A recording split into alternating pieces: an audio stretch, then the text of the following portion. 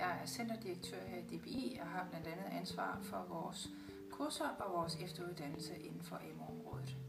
Vi har i en lang periode gået og overvejet, hvordan vi skulle komme i gang med e-læring. Jeg synes, det er rigtig spændende, og der findes rigtig mange måder, man kan gøre på. Til gengæld synes jeg også, det er rigtig svært at finde ud af, hvorfor hjørne vi skal starte i.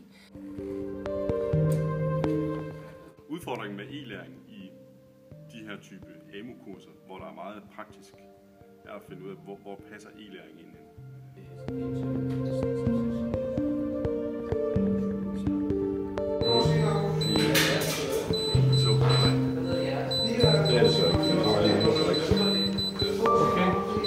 Det var rart, at man inden man startede fik nogle guidelines, hvad skal man sige, at man ligesom snakkede samme sprog, når man startede på kurset.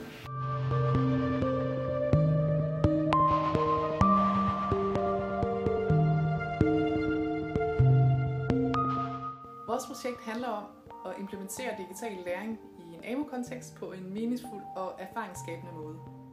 Første output er en analyse, hvor vi vil gå ind og finde ud af, hvor er der egentlig potentialer for digital læring i dag. Og derefter vil vi så gå ind i en udviklingsfase og udvikle et digitalt undervisningsværktøj, som har fokus på ikke-tilstedeværelsesundervisning. Så vil vi også beskrive den metode, vi har brugt og præsentere det som en projektmodel. Så vores projekt kan blive en inspirationskilde til andre AMU-udbydere, som ønsker at implementere eller udvikle digitale læringsværktøjer. Nu vil vi gerne i gang, og vi søger derfor midler sammen med TEC og Syddansk Erhvervsskole til at udvikle nogle topmoderne AMU-kurser inden for brand og sikring.